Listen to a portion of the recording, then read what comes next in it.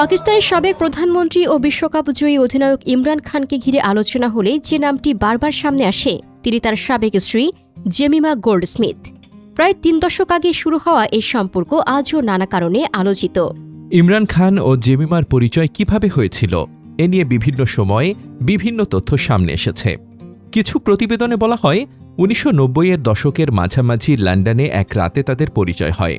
তবে জেমিমা নিজেই পরে জানিয়েছিলেন তার বোন ইন্ডিয়া জেন তাদের পরিচয় করিয়ে দেন এবং ইমরানকে তিনি মূলত পাকিস্তানে গিয়ে ভালোভাবে জানতে শুরু করেন।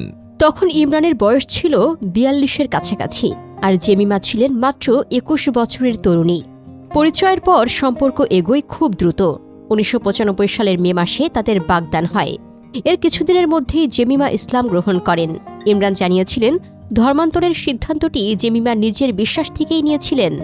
১৬ মে ১৯৯৫ প্যারিসে মাত্র কয়েক মিনিটের একটি ইসলামী নিকাহ অনুষ্ঠানের মাধ্যমে বিয়ে করেন ইমরান ও জেমিমা। এরপর ২১ জুন ইংল্যান্ডের রিচমন্ড রেজিস্ট্রি অফিসে তাদের নাগরিক বিয়েও সম্পন্ন হয়। বিয়ের পর জেমিমা চলে যান পাকিস্তানে এবং শুরু হয় তাদের নতুন জীবন। এই দাম্পত্য জীবনে তাদের ২ ছেলে সুলাইমান ইসা এবং কাশিম। সুলাইমানের জন্ম ১৯৯৬ সালে এবং কাশিমের জন্ম ১৯৯৯ সালে।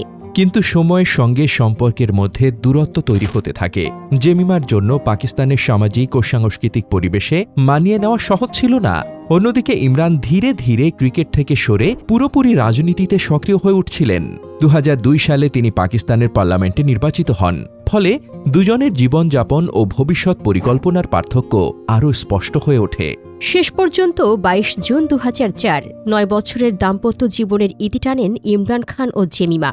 ইমরান নিজেই বলেছিলেন জেমিমার জন্য পাকিস্তানে তার রাজনৈতিক জীবনের সঙ্গে মানিয়ে নেওয়া কঠিন হয়ে পড়েছিল।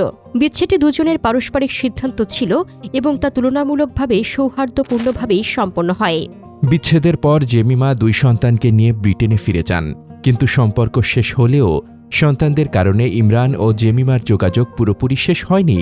বরং বহু বছর পরও ইমরানের কঠিন সময়ে জেমিমার প্রকাশ্য উদ্বেগ দেখিয়ে দেয় একটি দাম্পত্য সম্পর্ক শেষ হতে পারে, কিন্তু মানবিক সম্পর্ক সব সময় শেষ হয়ে যায় না।